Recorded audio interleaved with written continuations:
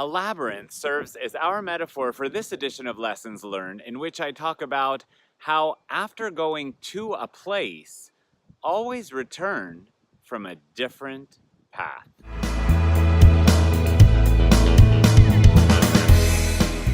When I went on 2 occasions on our boat with my dad to various islands in the Caribbean, I remember one particular day we stopped pretty early on my first journey in an island called Barbados in the town center of Bridgetown, and we were going to moor our boat and walk to the center of town. It was finding a cathedral in the town square, and we asked some questions, found some bakeries on the way, and eventually got there. When it was time to leave and make our way back to our boat, I was very proud to say, "Dad, I remember this turn and this street. Let's start here. I know the way." And he said, "Oh no, son, we're always going to go back by a new route. It may not be so comfortable, but we'll always see twice as much." And I remember that so many times, both in traditional, habitual paths I have to take if I'm driving to a place. I will go out of my way, time and energy permitting, as long as it's possible and prudent, to take a new route and change up what becomes so many times habit and rut and lack of excitement.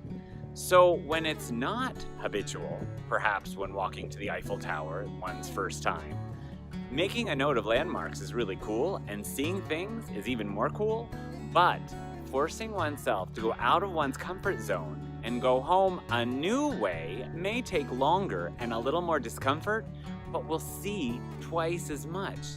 And I love that because so many times I hear that people love what's regular and planned and predictable. And as creatures of habit, we love that because we're creatures of habit. We go to the same restaurants and ask for the same booth and order the same things without seeing or ordering anything different on the menu.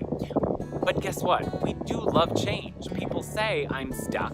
People do decide to have children. What else is going to change your life more than that, right? It takes 2 straight people to make 1 gay person. So that's a lot of involvement and a lot of commitment.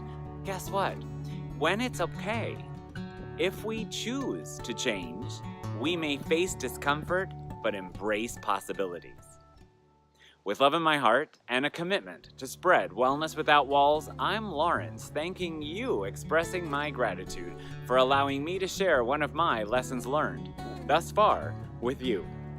And I conclude by asking, in which parts of your life do you make regular decisions? And in which parts of your life, for example, going on holiday, could you make future decisions to always go home a different way and see twice as much?